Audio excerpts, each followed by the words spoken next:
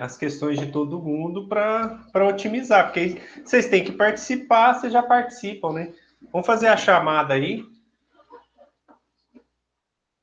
Tá gravando, já podem fazer a chamada, pessoal.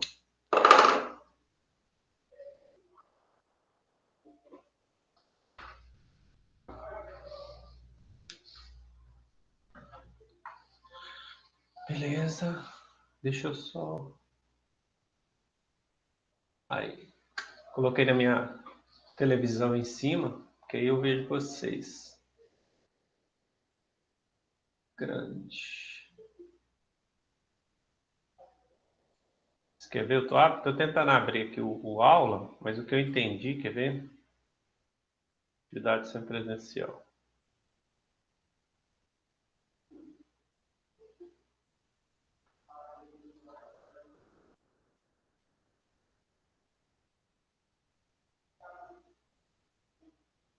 Aqui, ó.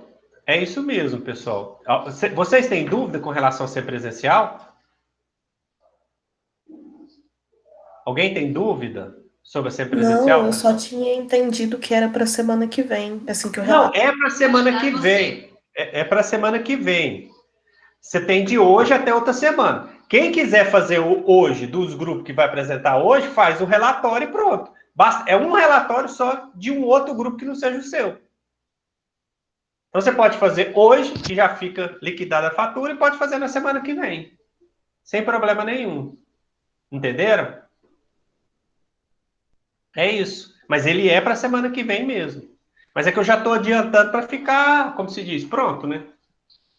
Mas pode, quem quiser assistir, já fazer o relatório, faz. Quem quiser ouvir depois a aula gravada e fazer depois também, fica à vontade. É o jeito que, né, como se diz, eu estou assistindo aí para vocês é mais fácil.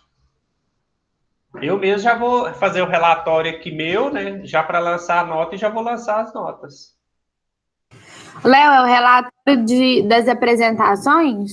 De uma apresentação de outro grupo que não seja o seu. Inclusive, eu postei lá o modelo, tem um Ah, modelo. tá.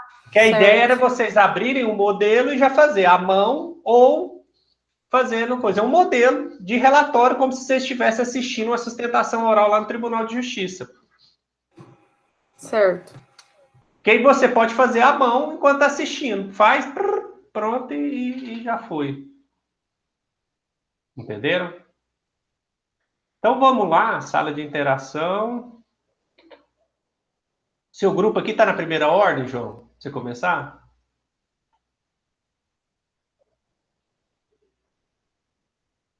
É. O seu era o primeiro, João? João? Travou do João? Leonardo? Ah, A gente é o dele é o primeiro. É porque o notebook dele travou. Ele vai voltar, só um minutinho. então tá. Então eu passo para outro grupo. Não, é a Para gente mesmo. agilizar. Se quiser, eu vou começando. Não, é vocês que fizeram a ordem, Uhum. entendeu? Vocês que fizeram a ordem, né? Só quero assim, quem for fazer, vai falar, vocês falam o grupo. Deixa eu abrir aqui que eu já vou fazer a avaliação de cada grupo para vocês para falar. Deixa eu só abrir uma tela de Word aqui para mim, facilitar a minha vida. Porque eu não tenho que assistir depois, eu já faço a avaliação agora.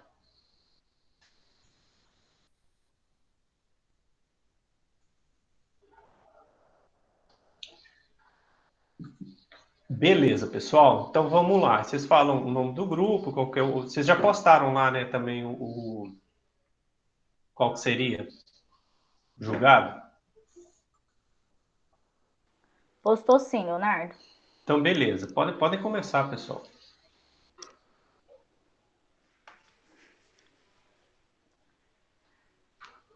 Bom dia aos meus colegas desembargadores, advogados e aos demais aqui presentes. Vamos dar início à primeira sessão do recurso de apelação civil de número 210, 2010, 90, 39, 27, 61.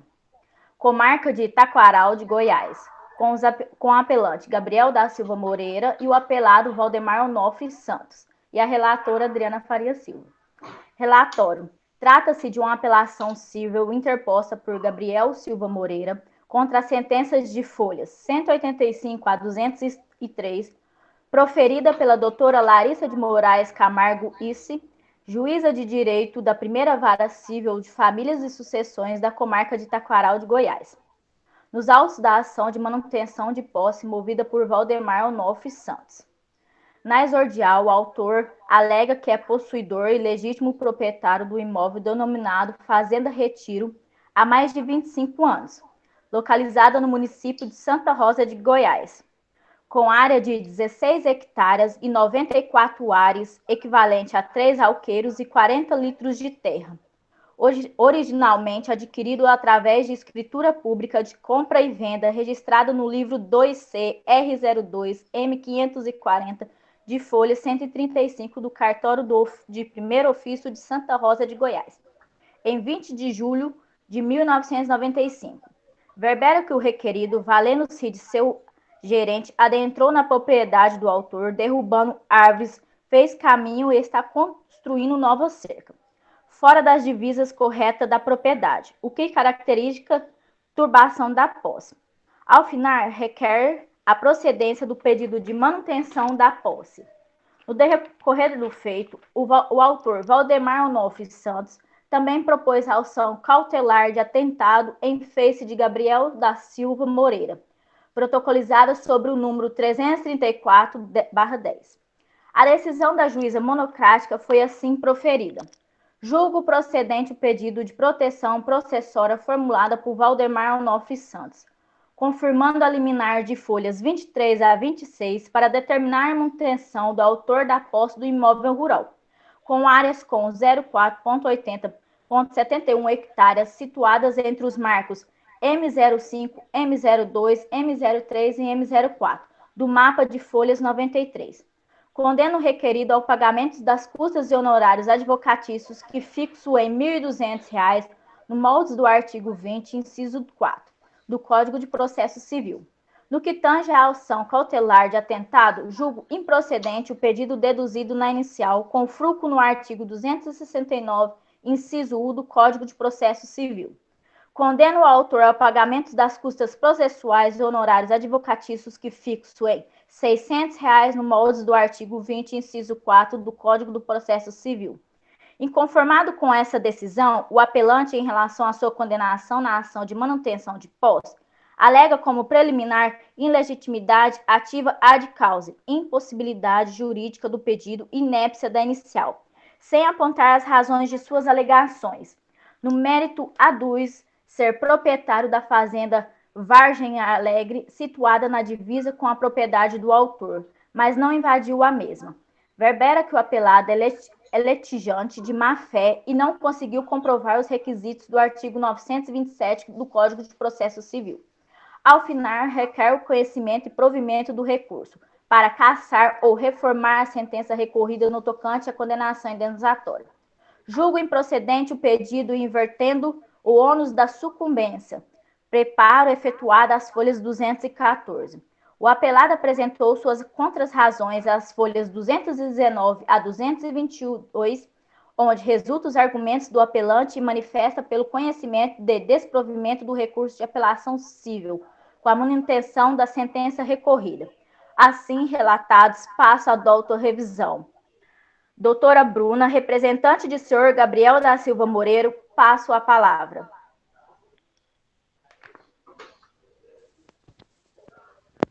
Eu estou ligando a câmera. Estava ligado. Estava ligado? Tava. Muito obrigada, excelentíssima senhora desembargadora Adriana, ilustre presidente dessa Câmara Civil. Obrigada agora também. Desligada. Agora está desligada? Tá, agora está ligada. Agora está ligada. Qualquer coisa vocês me avisam. Então, vou começar. Perfeito, tá ótimo. Muito obrigada, excelentíssima desembargadora Adriana, ilustre presidente da Câmara Civil. Obrigada também aos desembargadores Lorena Xavier e André Luiz, bem como aos advogados e serventuários aqui presentes. Como bem sintetizado pela ilustre relatora, o apelante, senhor Gabriel Silva Moreira, interpôs apelação contra a sentença proferida na primeira vara civil, onde fora condenado na ação de manutenção de posse. O senhor Gabriel é proprietário da fazenda Vargem Alegre, que é situada na divisa com a propriedade do autor, o senhor Valdemar, e não houve sequer nenhuma invasão da mesma. O Código Civil incumbe ao autor provar a turbação praticada pelo réu, bem como a data da turbação. Conforme demonstra nos autos, não resta caracterizado e nem provado essa turbação pelo apelado, que é um esbulho parcial, a perda de alguns poderes sobre a coisa, uma ofensa ao direito de posse. Extraído dos autos aqui, eu vou ler o depoimento da testemunha Belmiro Benedito de Santana, o mesmo aduz que não houve alterações, abre aspas, que a cerca antigamente era de arame farpado, que o réu a reformou e o autor pagou a metade do valor, que foi o depoente que entregou a metade do valor ao gerente do réu, e que a cerca era em linha reta e a reserva ficava do lado da... Cortou. A forma ocorreu em 2003 e continua no mesmo 20 anos. Esse foi o depoimento do Belmiro de Santana. Conforme resta configurado, não houve turbação. Buscamos, então, o quê? O conhecimento do recurso e o provimento para cassar ou reformar da sentença recorrida, né, que foi proferida em primeiro grau, no tocante à condenação indenizatória, julgando improcedente o pedido e invertendo o ônus da sucumbência. Eu passo a palavra novamente para a relatora Adriana. Passo a palavra agora ao representante de seu Valdemar Onofre Santos, doutor João Barbosa. Bom dia a todos. Eu inicio a minha sustentação cumprimentando a excelentíssima desembargadora e relatora, doutora Adriana, a quem eu tenho muito apreço, estima e consideração. É uma honra para mim sustentar na presença de Vossa Excelência. Cumprimento os demais desembargadores, em nome da desembargadora Lorena Xavier. Sintam-se todos cumprimentados respeitosamente pela minha pessoa. Pois bem, excelências, o caso trata claramente de uma turbação na posse, que nada mais é, com a devida vênia, a conduta de impedir ou atentar contra o exercício da posse por seu legítimo possuidor, podendo essa turbação ser total ou parcial. Para que o autor seja mantido na posse, em caso de turbação, ele deve comprovar, nos termos dos artigos 560 a 566 do atual Código de Processo Civil, antigamente elencado no artigo 927, ele deve comprovar a posse, a turbação, a data, a continuação da posse, embora turbada. No caso em tela, todos os elementos encontram-se preenchidos, em especial pela prova testemunhal, que confirmam que o apelante construiu uma cerca fora dos limites da propriedade, muito bem mencionado na sentença que julgou procedente o pedido do autor, ora apelado. Portanto, excelências, é medida de justiça a manutenção integral da sentença que concedeu a proteção processória, e é o que se pede. Muito obrigado. Vamos dar início à votação do recurso. Não há que se falar em legitimidade ativa, uma vez que estamos falando de posse e não de propriedade. A posse, sua manutenção, constitui matéria estritamente fática, logo as provas são suficientes para o processo em questão. O interdito processório versa sobre um fato assim como a posse é fática. Então, é de propriedade a prova documental em causa. Na maioria das vezes, as provas documentais não suprem a prova testemunhal. O apelante insiste que o apelado não cumpriu os requisitos do artigo 927 do Código do Processo Civil. Contudo, tanto as testemunhas como as fotografias apresentadas no processo estão de acordo com o artigo 927. Uma vez comprovada satisfatoriamente a posse e a turbação de posse, faz-se jus à proteção processuária. Ao teor do exposto, conheço do recurso de apelação civil e nego-lhe provimento, mantendo a sentença recorrida pelos seus próprios e jurídicos fundamentos. É o meu voto. Doutor André, por favor, passo a palavra para o senhor.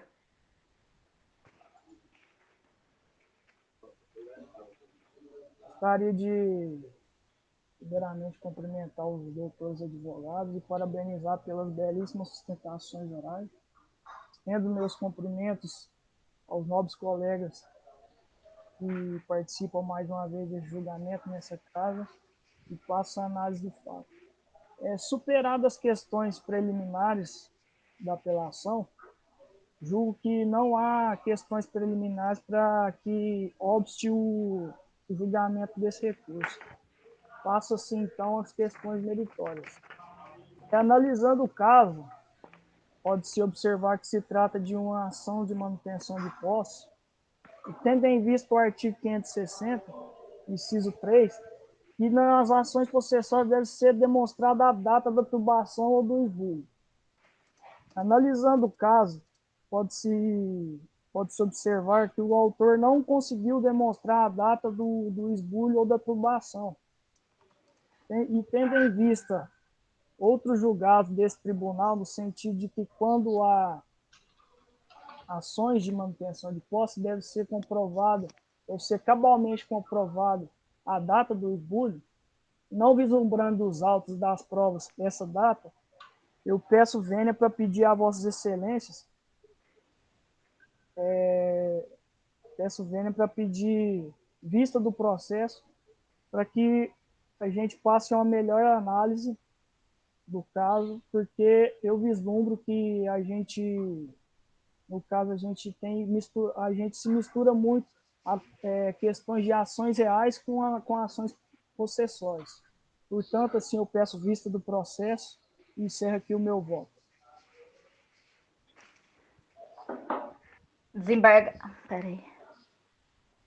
Desembargadora Lorena Xavier, passo a palavra. Só vou fazer só te colocar. Geralmente, quando o desembargador pede vista, suspende o julgamento. Aí só vai para outra sessão. O que acontece, estou falando o que acontece na prática. Mas a desembargadora Lorena, ela pode dizer que falou, olha, eu já quero adiantar meu voto. Ela pode adiantar o voto, entendeu? Aí não é o caso da presidente falar, mas é da própria desembargadora Lorena que falou, eu peço vênia. Estou falando assim porque é o que acontece na prática. Peço vênia, que eu quero já proferir meu voto porque ele está pronto, entendeu? Aí é requisição dela, porque senão a relatora ela tem que imediatamente suspender o processo e ele vai ser julgado quando o desembargador André entender que é o caso de julgar novamente. Tem caso, por exemplo, acho que quando a gente fez até... Não sei se vocês lembram, quando a gente fez hermenêutica jurídica, eu trouxe um caso para vocês, um caso emblemático, que o ministro pediu vista aos autos, ficou com o processo em vista 4 anos. Vocês lembram disso? Ele pediu vista em 2004, até um caso que a gente imprimia e levava para a faculdade, vocês lembram? Um caso que a gente estudava em sala de aula? Quem fez hermenêutica comigo estudou um caso que o cara era casado com 2 mulheres, tinha vários filhos. Aí só para te falar, então ele não tem obrigação de voltar. Mas assim, a desembargadora Lorena pode querer falar, olha, meu voto está pronto, então eu já queria proferir meu voto. Aí a relatora, no caso, né, que está presidindo a sessão, vai suspender o processo tendo em vista o pedido de vista do desembargador André. Só estou falando que é o que acontece na prática. Certo. Mas é direito dele, é desembargador, ele faz o que quiser. Uhum. Certo, então eu prefiro já adiantar meu voto. Bom dia a todos, cumprimento-os pessoalmente e acrescento ser uma honra estar aqui. Meu voto vai de acordo com a desembargadora relatora, pois a ilegitimidade ativa não procede e o artigo 927 do Código de Processo Civil está satisfatoriamente comprovado. A posse e a turbação da posse restam-se provadas, respectivamente, por meio das testemunhas e das fotografias anexadas ao processo. Então, este é meu voto de negamento ao recurso, provimento negado. Então, Leonardo, eu posso fazer o acordo ou não? Não pode. Aí, como o André fez isso, na próxima semana, ele tem que apresentar seu voto e você fazer o relatório. Não acredito nisso. Eu vou dar na cara dele. No grupo, Não, André. Não, pela ordem. Não, só que os advogados não vão. Quando tem novo julgamento, ele não vai. Ô, Leonardo, ele vai votar o voto. Ele vai votar a vaga dele. Ele é desembargador, ninguém pode fazer nada. Ele vai pedir o visto. Ele volta na semana que vem, na data da sessão, e apresenta o voto dele. Não, Aí não vai ter mais sessão. Ué, é direito dele, gente. Ele tá certo, ué. Só que os advogados não são chamados. Eles já fizeram as suas alegações, os advogados não apresentam. Quem fala vai ser só... desembargador? Só, ele vai apresentar o resultado. A desembargadora Lorena não precisa participar, porque ela já fez o voto dela. Só você dando o seu voto. Mas tá 2, o máximo que vai dar é 2-1. Mas você fala assim, qual que é a vantagem de dar 2-1? Se der 2-1, o que o advogado pode fazer, João? Ele pode entrar com embargos infringentes, né? Isso, ele entra com embargos porque eu tenho um voto contrário. Para forçar a turma a refluir. Entendeu? Então, se você tiver 2-1, é melhor do que 3-0. Entendeu? 2-1, você cabe o embargos para tentar refluir. Entendeu? Mas é direito dele. Ele pode ver um erro, pode achar que tem um erro. Aí, nesse caso, se ele trouxer um erro grave, ele pode fazer com que vocês refluam também das decisões. Mas é direito dele. Então, semana que vem, desembargador André traz o seu voto. Ok, gente. Não, mas foi ótimo. Adorei, Adriana. Muito bem. Ficou perfeito. Não, a gente tem que ter surpresa. Não pode ser tão sem graça. Adorei. Não, e foi surpresa para todo mundo. Para todo mundo. Parabéns. Foi ótimo. Adorei mesmo. Foi muito bem relatado. Passou aí o caso. E o caso é ótimo. Estava vendo ele aqui agora. Muito bom o caso. Parabéns pela pesquisa. Parabéns pelo caso. E parabéns pela... Adorei. Ganhei o dia hoje. Valeu, gente. Vamos para o próximo grupo.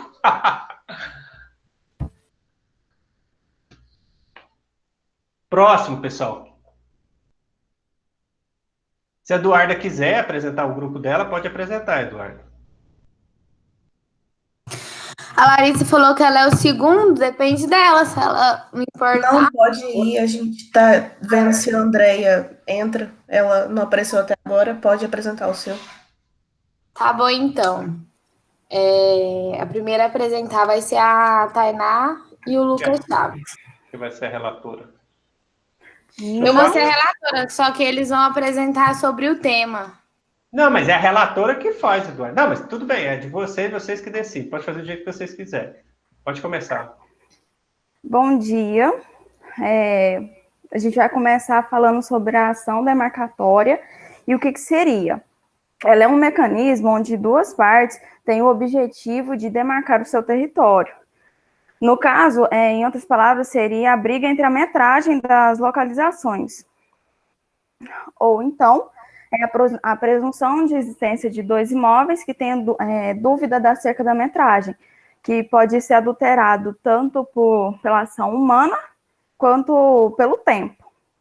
Tem que ter provas documentais, a legitimidade é ativa, sendo do proprietário,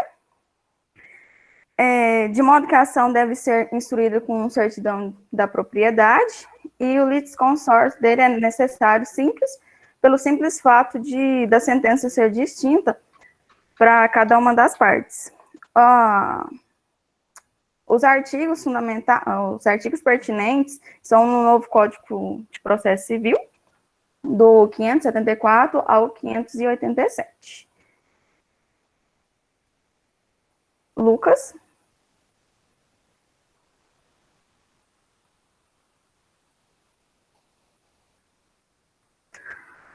Nós estamos com a internet um pouco ruim, Leonardo, porque não estamos em casa.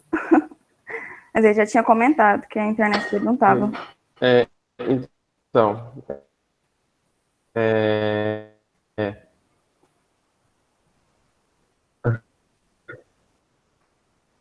sim, o artigo 574, e lá no artigo 574, ela fala que vai ser instruída por meio de petição,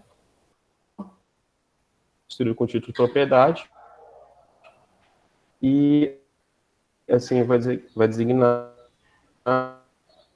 o imóvel pela situação, pela denominação. Aí, portanto, ali, né, na área, para se eles quiserem entrarem no processo também para acompanhar, né, para poder citar. Agora vai ser o relatório nosso, o julgado nosso. A gente pesquisou um julgado, Leonardo, e a gente vai começar a falar ele agora com a relatora Eduarda. Tá bom, eu estou abrindo ele aqui.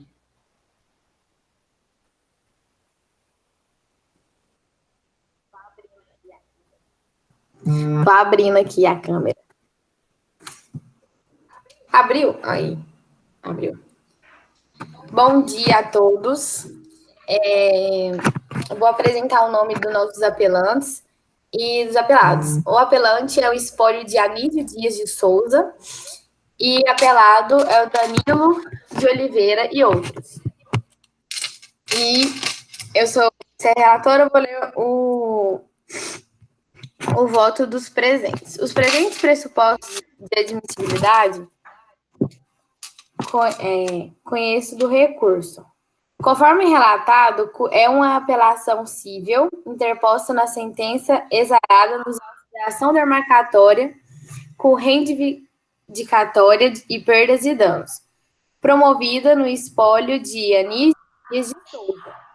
Aqui, a apelante representada por João Dias de Souza contra Danilo de Oliveira. Pelo ato decisório em questão, o magistrado, Dr. Lucas Mendonça de Lagares, julgou improcedente os pedidos autorais, por entender que o senhor Anísio Dias de Souza herdou foi posteriormente vendido, não restando, portanto, bem imóvel de sua propriedade a ser reivindicado, demarcado ou dividido, tal qual pleiteado da inicial. Peraí.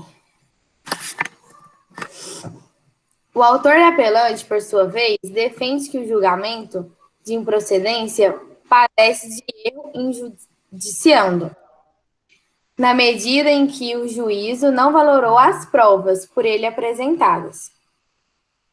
Mormente, a certidão expedida pelo CRI da comarca de Formosa, que, segundo eles, atestaram a alegada proprietária, no seu sentir, resta evidência que ainda hoje o espólio de Anísio é legítimo proprietário do imóvel, constante a transcrição 37.322, no cartório de registro de imóvel da comarca de Formosa. Então, mostra que ele é proprietário legítimo da ação. E os apelados possuem naquela localidade uma extensa área de terras, com 8.599 alqueiros, eu acho. Porque tá H, eu acho que refere ao alqueiros. Objeto, aí fala matrícula, não vou olhar a matrícula não, que é muitos números, que fica localizado na fazenda Areias e Riacho Vermelho.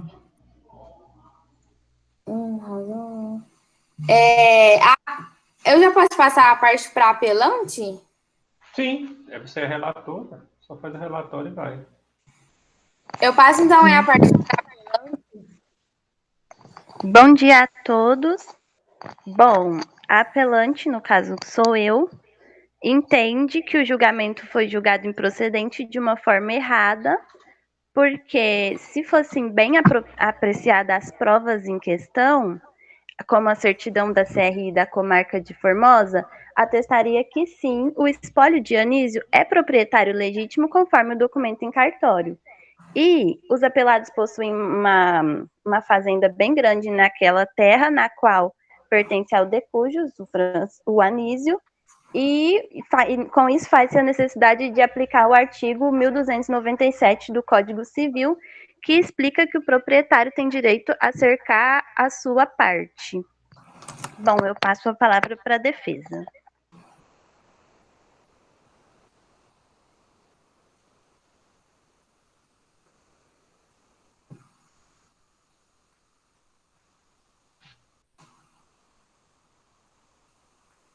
É a Rafaela. Então,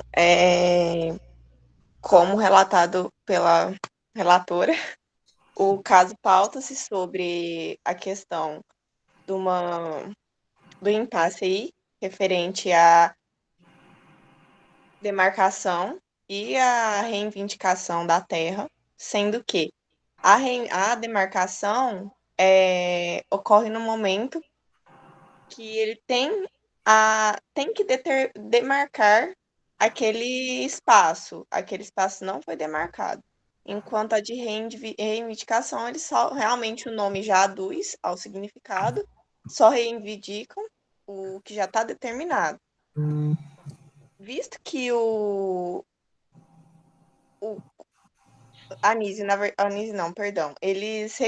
espólio requereu somente em 2004 e reconheceu somente em 2004 que essa terra existia, sendo que ele faleceu em 1997, é algo que gera, assim, um problema, porque para o reconhecimento da demarcação, não necessariamente precisa da posse em primeiro lugar, e sim do domínio. E é algo que não estava acontecendo, até porque ele estava em Mato Grosso, ele havia se mudado e posteriormente veio a falecer. Então, em tese, não condizeria ali com os requisitos necessários para adentrar no quesito de demarcação.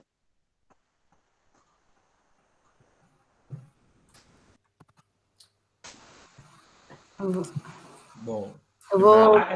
Só para concluir aí, Lu, é os dois que vão fazer a defesa? Sim. A defesa. Ah, entendi. É porque você tinha que concluir pedindo, né? Que se você quer que mantém, se muda, né? É por isso que eu pensei que você ia terminar, desculpa. Bom, primeiramente, bom dia. Primeiro, a gente percebe que, à luz do artigo 574 do Código de Processo Civil, o meio hábil para comprovar e julgar procedente a ação de demarcação são os documentos da prova documental, principalmente os títulos de propriedade. E, minha análise dos autos, ficou verificado que o Decujus, ele tinha propriedade somente de 8 alqueires, que foi o que ele recebeu a título de herança da avó dele em 1950, na década de 50. E aí ele alega que ficou na posse dos outros alqueires, depois mudou para o Mato Grosso. A gente tem que, na verdade, os documentos comprovam que ele ficou com 8 alqueires só, e que a posse ela não é requisito primário para concessão da ação demarcatória.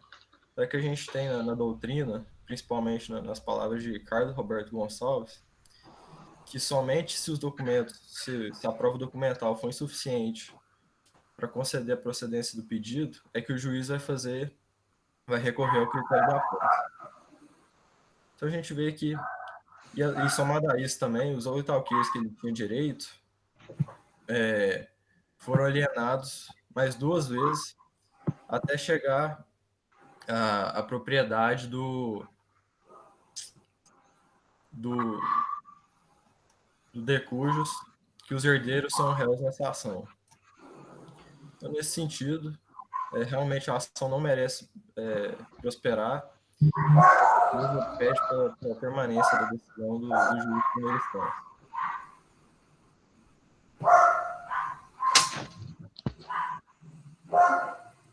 Ai, peraí.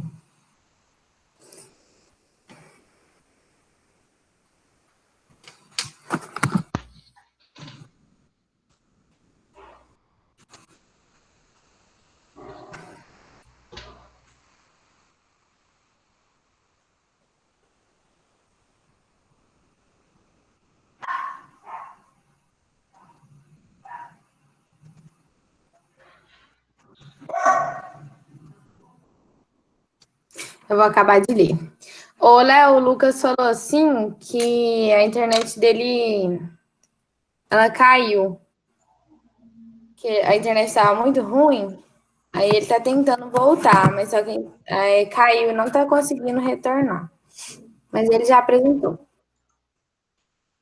Segundo a jurisprudência do STJ, a reivindicatória de natureza real é fundada no direito de sequela.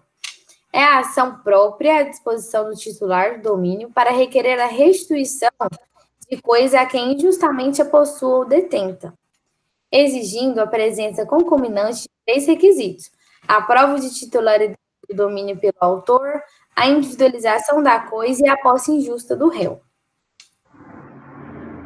A distinção entre demarcação e reivindicatória está na circunstância de que a reivindicação, o autor reclama a restituição de área certa e determinada, havendo incerteza da área vindicada, como neste caso, que prevalece a demarcação. Ainda à luz da jurisprudência do STJ, o ponto decisivo a distinguir demarcatória em relação à reivindicatória é a circunstância de ser imprecisa, indeterminada ou confusa, a verdadeira linha de confrontação a ser estabelecida ou restabelecida no terreno.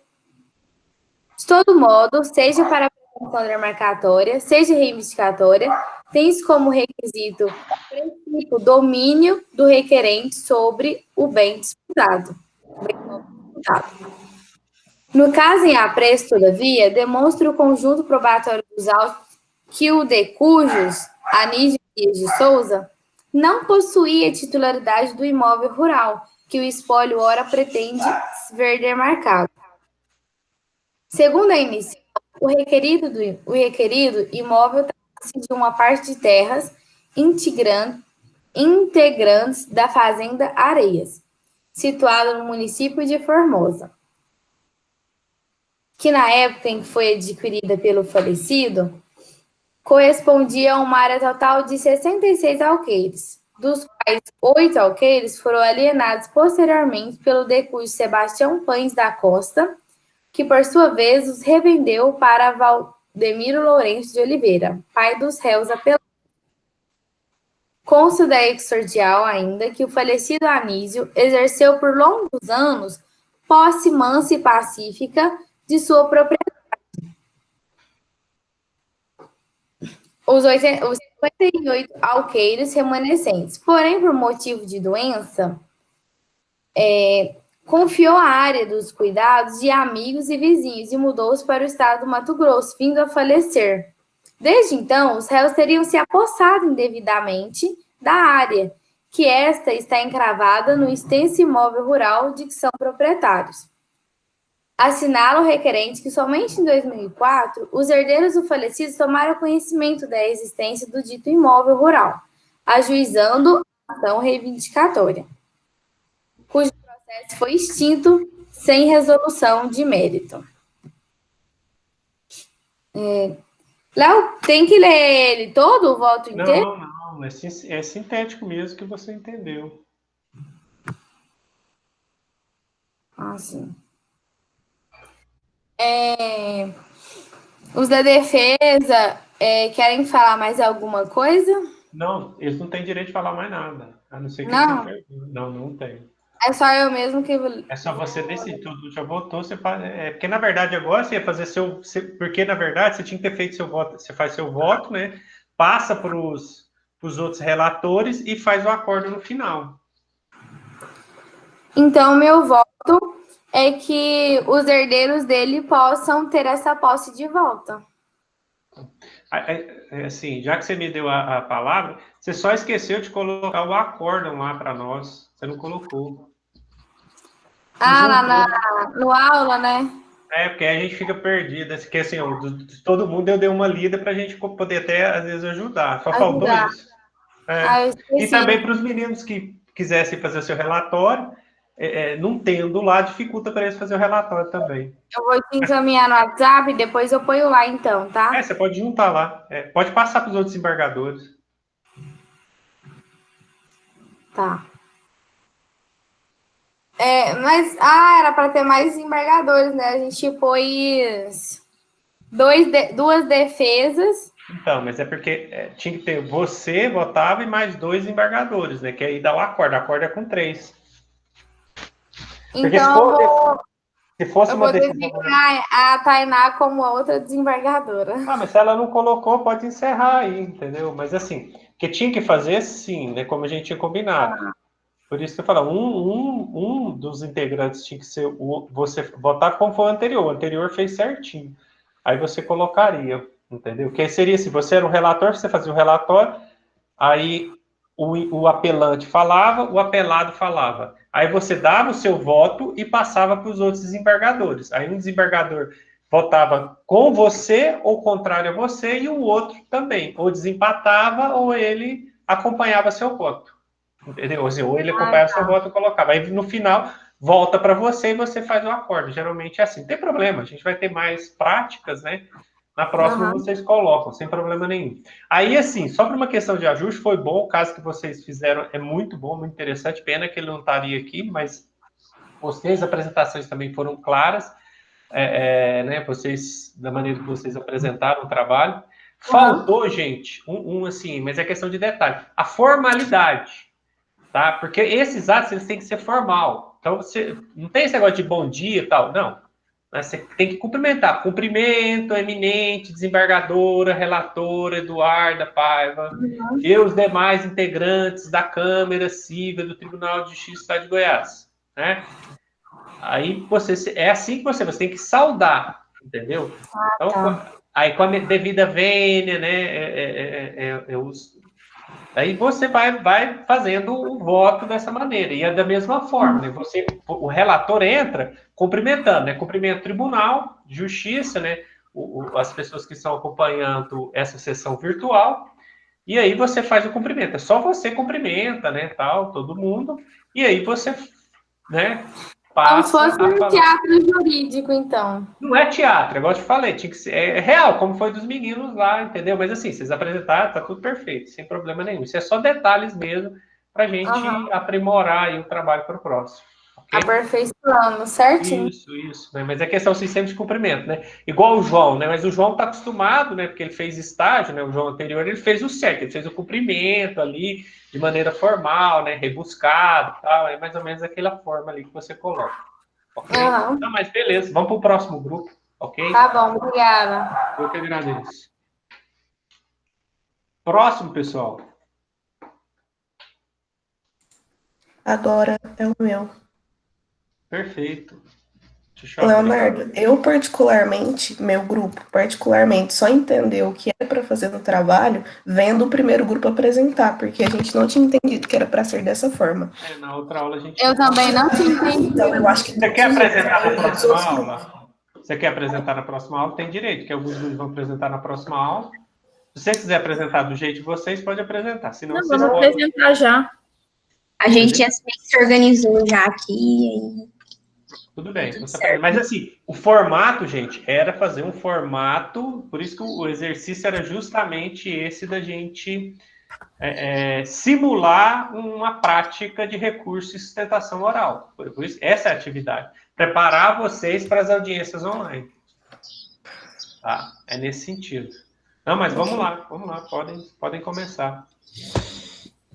Cumprimento aos demais colegas, voto. Presente os requisitos legais de admissibilidade do recurso dele, conheço. Conforme visto, trata-se de agravo de instrumento com pedido de efeito suspensivo interposto contra a decisão proferida pelo juiz de direito da Vara Civil da Comarca de Serranópolis, Dr. Luciano Henrique de Toledo, nos autos da ação de manutenção na posse proposta por Hélio Antônio Carvalho, Gercê de Lima Carvalho e Suzete Fernandes de Lima, ora agravantes, em favor de Edivaldo Martins de Oliveira, ora agravado. Os autores, nos autos que deram origem ao presente recurso, narraram serem proprietários e possuidores indiretos, e sua filha, também autora, comandatária e possuidora direta de uma gleba de terra situada na fazenda Santa Bárbara, localizada no município de Serranópolis, Goiás. Tendo área aproximadamente 36.486 alqueires geométricos, com a matrícula no livro do cartório de imóveis da cidade de Serranópolis, devidamente cadastrada no INCRA. Verberaram que a mencionada fazenda é utilizada em pastagem para a criação de gado de corte, com reserva legal averbada e área de preservação permanente. Salientaram que, por volta de 2017, tomaram conhecimento que o réu, arrendatário da fazenda vizinha, adentrou na área de posse deles sem qualquer autorização, desmatando parte considerável da reserva legal e de preservação permanente, realizando 7 cortes em sua gleba, para o escoamento de água pluvial, desfazendo de uma cerca de divisa entre as propriedades, modificando seu trajeto original em seguida. Ao final, pugnaram pela manifestação na posse da gleba e terras mencionada, determinando que o réu parasse de utilizar a entrada que estava desativada, cujo trajeto adentrava a propriedade deles, bem como de promover novos desmatamentos, cortes ou arrancada de árvores em qualquer área de posse deles.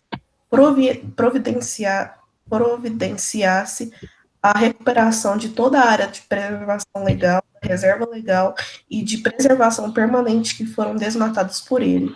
Corrigisse os 7 cortes efetuados, realizando o aterramento e o nivelamento do terreno com o de capim que havia no local de cada corte.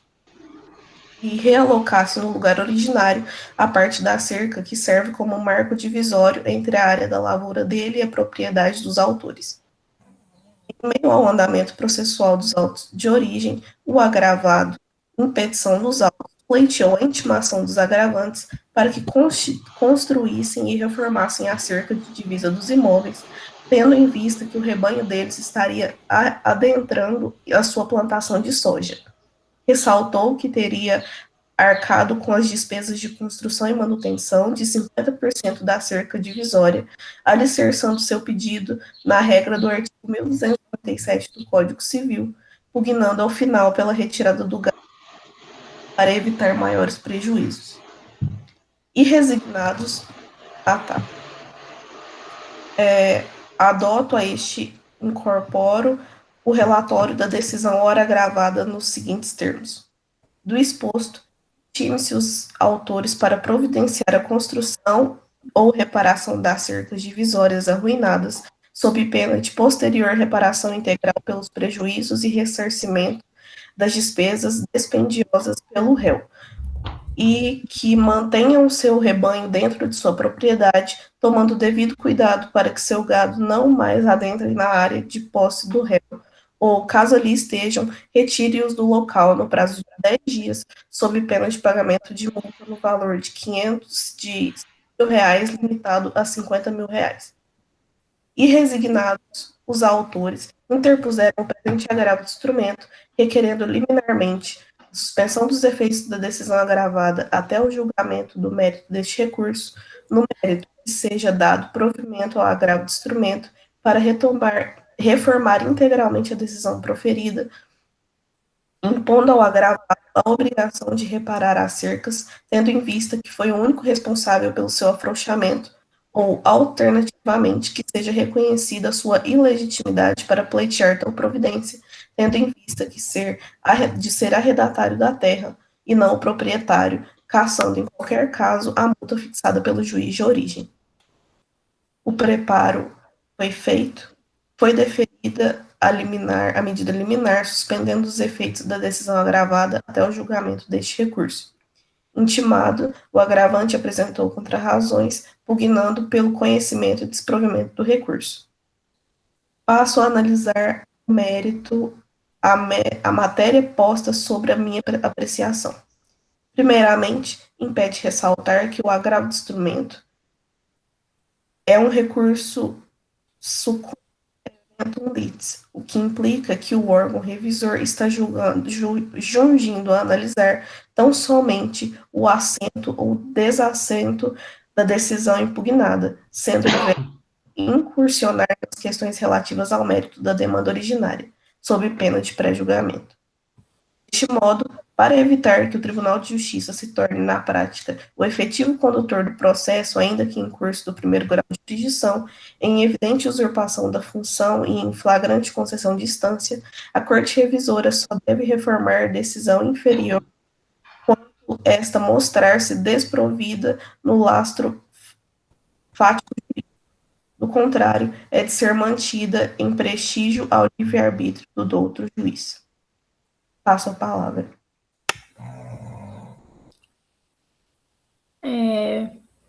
Cumprimento a relatora e os demais desembargadores e vou falar o meu voto embasado na legitimidade do agravante para requerer o direito de tapagem. Tudo começa com a controvérsia a respeito da legitimidade que se dá quanto ao inconformismo dos agravantes, a decisão que deferiu a solicitação pelo agravo,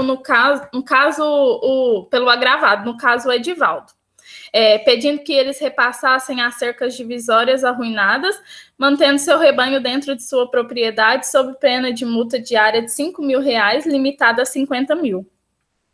Já em relação ao direito de tapagem, sendo usado para embasar o meu pedido, encontra previsto no artigo 1297 do Código Civil, que diz que o proprietário tem o direito de cercar, murar, valar ou tapar, renovando marcos destruídos ou arruinados.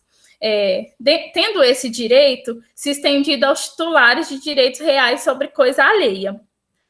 Assim, embora o recorrido não seja proprietário da terra e sim seu arrendatário, ele pode exercer o direito de tapagem, já que ele possui a transferência temporária da posse. Ou seja, não tem o que se falar da legitimidade do recorrido, uma vez que ele possui a posse direta do imóvel e, como possuidor, é habilitado para exercer o direito. Assim, diante o exposto, eu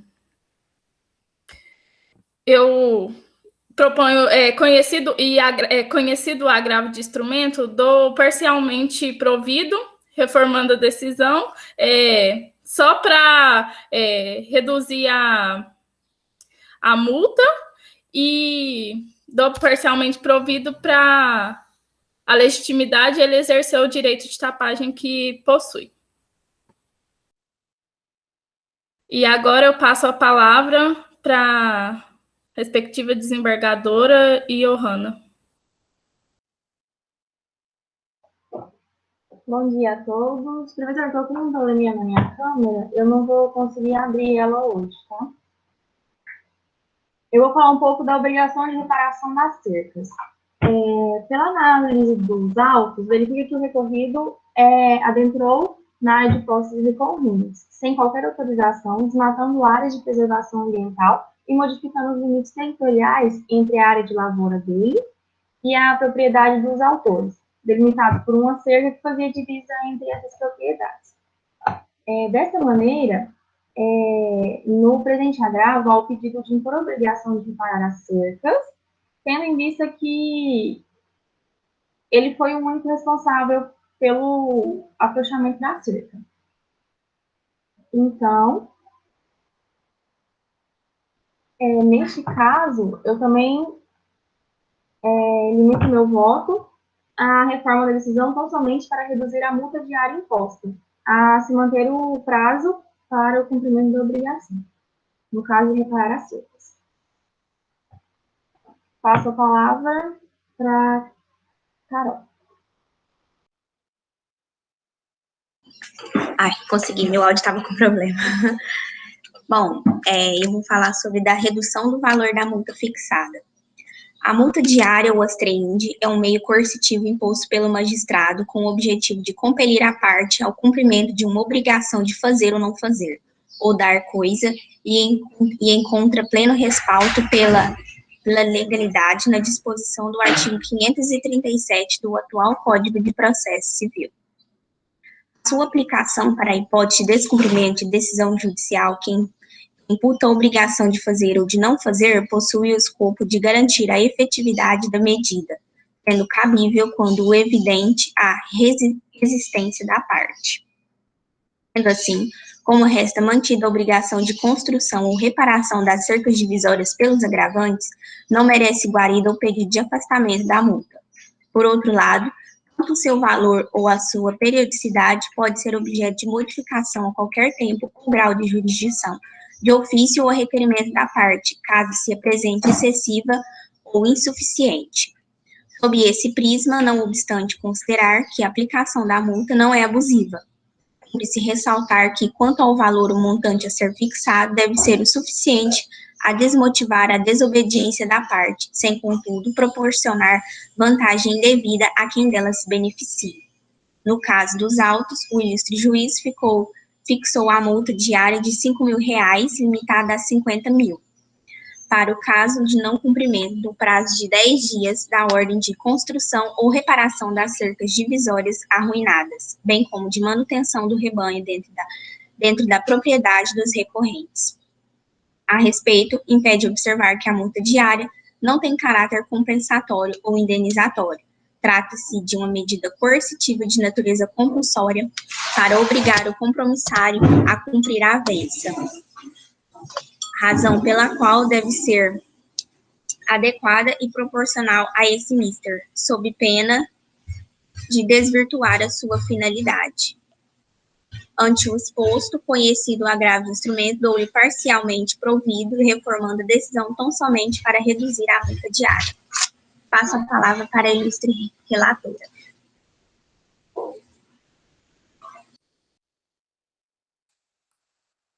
Diante dos votos exarados,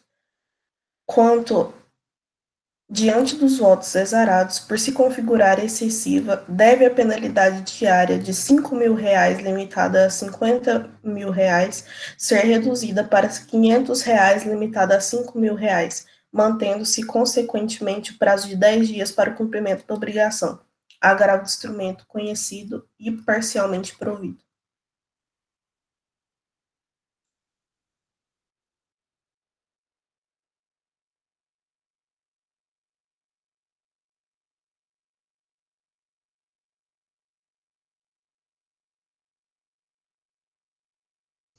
Microfone, professor.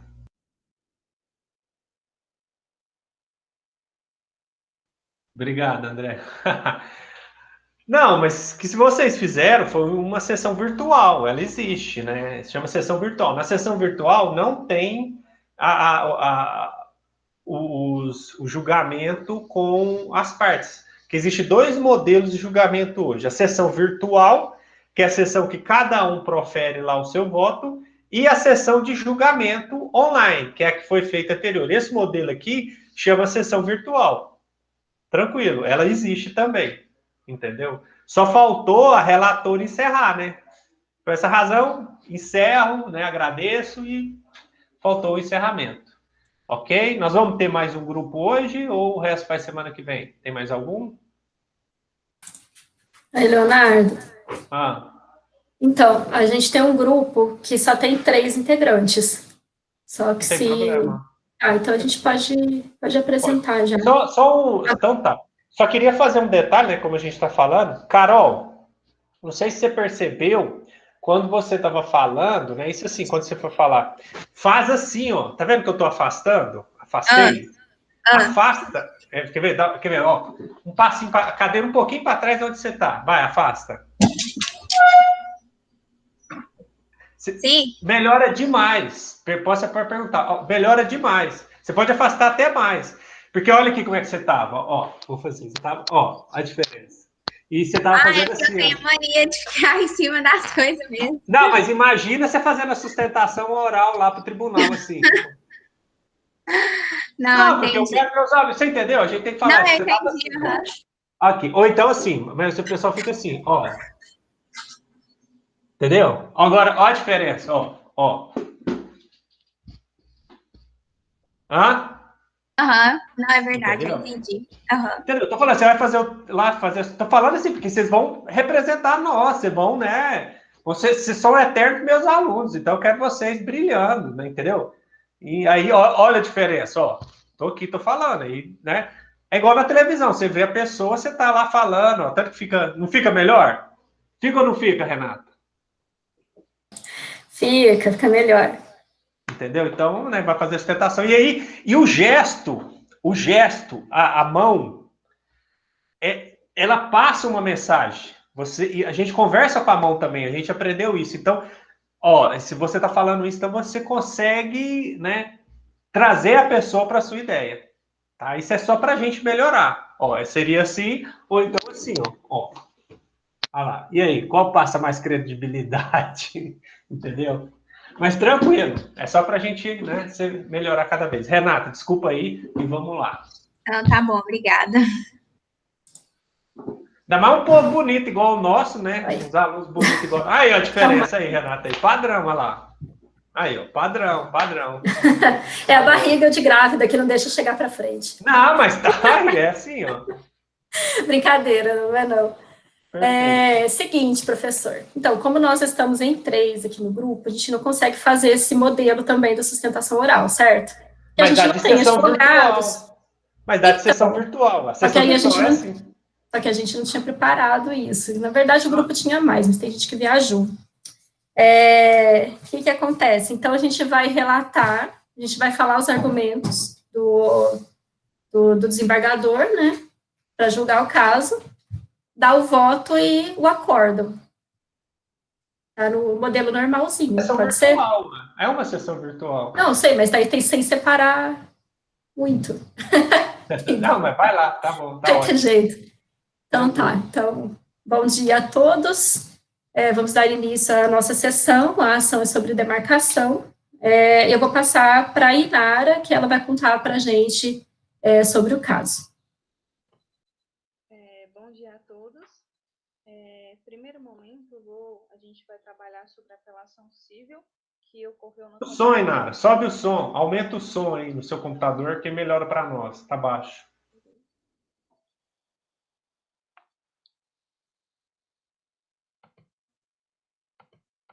Melhorou?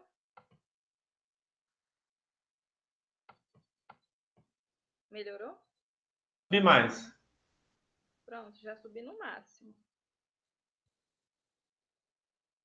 Tá ruim ainda?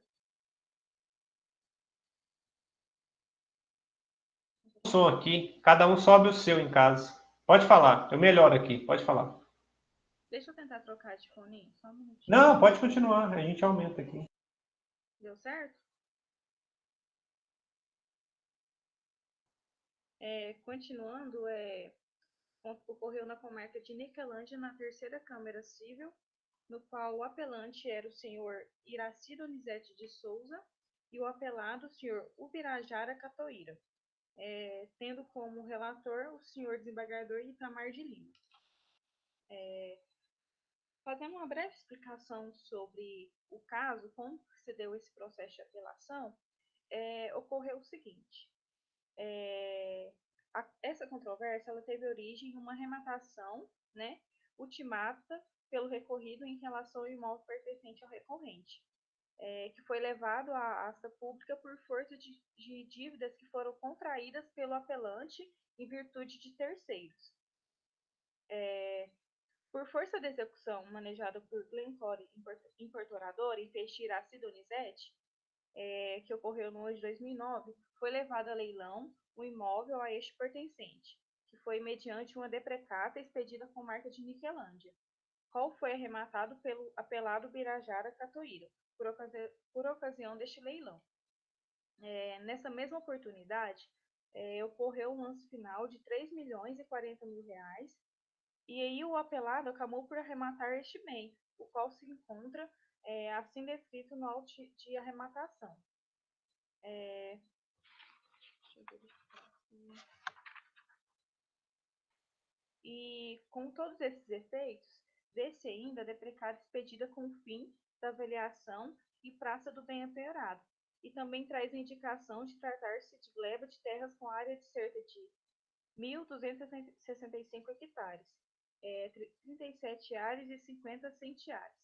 Também nesse sentido, o termo de penhora que acompanha, bem assim o edital da praça publicado, o qual restou assim consignado, né? Assim, resumindo, a gente pode observar que foi realizado, né, um arremate do imóvel e como tinha medidas diferentes no local, foi necessário, né, entrar com a ação para realizar toda essa demarcação, que é denominada ação demarcatória.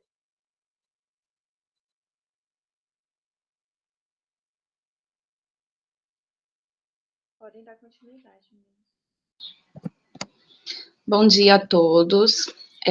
Eu vou dar continuidade, né, à leitura do relatório. Deixa eu colocar aqui.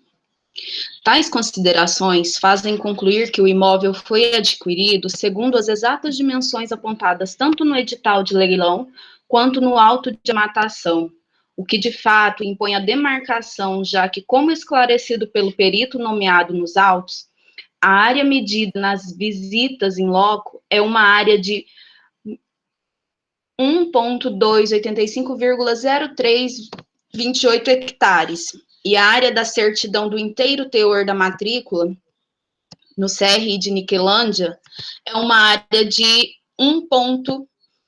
1.265,35750 hectares, tendo assim uma diferença de 19,6578 hectares a mais na medição feita na visita em loco.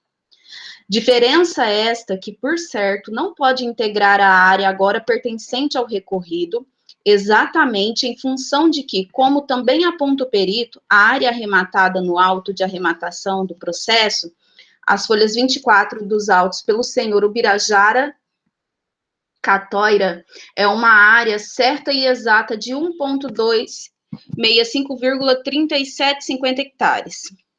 Importante ter em mente que, no caso, não se está diante de uma aquisição convencional, mediante compra e venda entre os interessados. Cuida-se de situação peculiar, já que o bem fora arrematado em asta pública. A compra e venda é negócio bilateral, relação contratual prevista no Código Civil. Artigo 481. Pelo contrato de compra e venda, um dos contratantes se obriga a transferir o domínio de certa coisa e o outro a pagar-lhe certo preço em dinheiro. No artigo 482, a compra e venda, quando pura, considera-se obrigatória e perfeita, desde que as partes acordem no objeto e no preço. Por outro lado, regulando aquela relação contratual, particularmente sobre a diferença diária, dispõe o Código Civil, no artigo 500.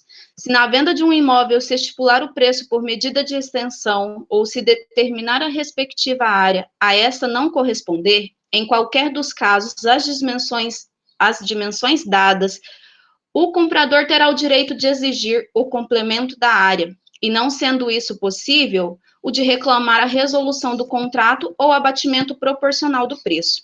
O parágrafo 1º presume que a referência às dimensões foi simplesmente enunciativa, quando a diferença encontrada não exerce de 1/20 de área total enunciada, ressalvado ao comprador o direito de provar que, em tais circunstâncias, não teria realizado o negócio. No parágrafo 2º, se em vez de falta houver excesso e o vendedor provar que tinha motivos para ignorar a medida exata da área vendida, caberá ao comprador, à sua escolha, completar o valor correspondente ao preço ou devolver o excesso. Não haverá complemento de área, nem devolução do excesso, se o imóvel for vendido como coisa certa e discriminada, tendo sido apenas enunciativa a referência às suas dimensões, ainda que não conste de modo expresso ter sido a venda ad corpus. A compra e venda, assim, é ad mensuram, quando indicam as medidas ou a área, e ad corpus, quando certa e discriminada, mas sem aquelas especificações, naquele dispositivo, é previsto o direito do comprador ad mensure exigir o complemento da área ou, quando impossível a resolução do contrato ou abatimento proporcional ao preço, que é o que traz o caput, sob ressalva de que a falta de exercer a 1/20 do total enunciado impõe-se ao comprador prova de que não realiza o negócio se soubesse da diminuição. A dedução é porque o parágrafo 1º presume que a indicação das dimensões é meramente enunciativa, quando a falta não exceder a 1/20. Por outro lado, o Código Civil, ao tratar sobre a validade dos negócios jurídicos, dispõe que a escritura pública é essencial à regularidade do contrato de compra e venda do imóvel. Artigo 108. Não dispondo a lei em contrário, a escritura pública é essencial à validade dos negócios jurídicos que visem a constituição, transferência, modificação ou renúncia de direitos reais sobre os imóveis de valor superior a 30 vezes o maior salário mínimo vigente do país. A expropriação executiva de bens, inclusive imóveis, realiza-se pelos meios previstos no artigo 825 do CPC, quais sejam adjudicação, alienação e apropriação de frutos e rendimentos de empresas ou de estabelecimentos e de outros bens. São meios que não dependem da anuência do devedor, pois são instrumentos de conversão coativa da penhora à espécie da obrigação para realizar a execução pecuniária forçada. Passo a palavra a Renata. Bom, então, até o momento, o desembargador, ele traz o Código de Processo Civil, né? E aí ele está falando sobre os negócios particulares, né? A partir daqui, ele começa a falar sobre asta pública, que é o caso do processo, né? Ele não foi feito, não foi adquirida a propriedade por meio de uma compra e venda. A propriedade foi adquirida por meio de asta pública. Então, ele traz aqui o ponto de Miranda, né, dando uma explicação sobre isso, e ele fala que a oferta no lance, no pedido de adjudicação, declaração de vontade que o Estado aceita, portanto, surge um típico negócio bilateral, não existe contrato, porém o negócio é um direito público e processual, classificado em categoria distinta. E aí, o que ele vem dizer aqui é que a asta pública, esse tipo de adjudicação, ela não é de direito privado, como no direito civil, né, a gente tem a compra e a venda. Ela é um negócio de direito público. E aí, na hipótese aqui tratada, ele fala que é lavrado ao final, né, do auto, assinado, autorizando em feito depósito todo da arrematação do bem, né, tem a assinatura da arrematação, que torna perfeita, acabada e retratável o arremate, ainda que a eficácia do ato possa ser afastada. E aí ele fala aqui que a aquisição de bens pela arrematação não tem natureza de contrato de compra e venda, né, ele conclui aí essa ideia, né, mas de negócio jurídico de direito público processual que tem origem na expropriação do bem, levado à asta pública. O negócio se dá pelas condições descritas e não autoriza complemento, abatimento ou reparação por área menor. Né? E aí ele junta aqui um julgado, né, reforçando essa ideia, e termina diante dessas considerações, né, que ele conclui, né, que tem viabilidade da pretensão demarcatória, a fim de que sejam extremados os respectivos prédios, fixando-se os limites entre eles, atentando-se no que tange ao imóvel mencionado, as específicas dimensões constantes do edital de asta pública e auto de arrematação, ou seja, né, aí, tem que fazer a demarcação pelo que consta na documentação e não pela medição in loco, né, que é a briga aí dos dois, né. Então, ele dá provimento ao apelo por reformar a sentença e julga procedente a pretensão deduzida na inicial, reconhecendo o direito à demarcação, devendo a linha demarcada observar os limites descritos na certidão de matrícula e no memorial descritivo que acompanha a inicial, nos limites previstos no auto de arrematação, com a área certa e exata de 1.265 hectares, 37 áreas e 50 centiares, promovendo-se o registro das divisas, confrontações e memorial descritivo junto à matrícula 9.713, cujas despesas devem ser custeadas pelo requerido. E agora eu passo novamente a palavra para a relatora para fazer o acordo. Acordo. Vistos, relatados e discutidos estes autos, acordam os integrantes da 4ª turma julgadora, em sessão da 3ª Câmara Civil, a unanimidade em conhecer da apelação e desprovê-la, nos termos do voto do relator. Sentença mantida. Ok, pessoal. Muito bom. Eu gostei do acordo de vocês, estava lendo ele aqui, muito bom. É pena que não deu para vir todo mundo, né? Vocês podiam ter feito no sistema de virtual, mas ficou muito parecido com o sistema virtual. Parabéns, tá? Vai ter mais algum grupo que quer apresentar hoje? Ou a gente passa para a semana que Deixa eu vem? representar, Leonardo. Ah, você não apresentou ainda? Não. Eu deixo sim. Eu só vou dar 5 minutos de intervalo, porque a minha fase está caindo. Tá vendo? Toda hora está caindo minha fase. Aham. Entendeu? Então, 5 minutos, agora é 10. Ah, não, Leonardo. Deixa a gente pra semana que vem mesmo. Mas você que sabe. Se vocês quiserem, eu dou 5 minutos aqui para a gente voltar e a gente apresenta. Ou então a gente faz tudo semana que vem. Não pode ser semana que vem. Tá, inclusive, pessoal, sobre o direito de vizinhança, eu vou gravar um vídeo dessa matéria e vou colocar lá no aula, tá? Sobre direito de vizinhança. Um vídeo curtinho só sobre a matéria, ok? Então, se alguém quiser apresentar, a gente pode falar, Dani. Vai ter atividade para hoje? Não, hoje é só a semipresencial. A atividade é essa, ué. Uhum. Os que assistiram é a SEMI, é fazer o relatório de um grupo que não seria o seu. Você pode fazer tanto essa semana como a semana que vem, mas tem até a semana que vem para postar. Tem lá o relatório, vocês colocam. Entendi. Obrigada. Então, gente, vamos fazer já todo mundo aí. Quem não fez, já faz a chamada final e a gente volta na próxima aula. Eu vou deixar o vídeo gravado sobre direito de vizinhança, ok? Obrigado, parabéns aí pelo empenho de todos. Eu gostei. Leonardo, aí você já vai postar essa aula agora? Vou sim. Pra gente fazer, porque não deu tempo de fazer, que Sem o pessoal problema. tá falando rápido. Vou colocar assim. Assim que eu conseguir restabelecer a minha energia, eu coloco. Mas hoje eu coloco ainda. Tá ok? Bom. Obrigado, pessoal. Obrigada, bom dia. Bom dia. Obrigado, pessoal. Valeu. Parabéns aí, os grupos que apresentaram.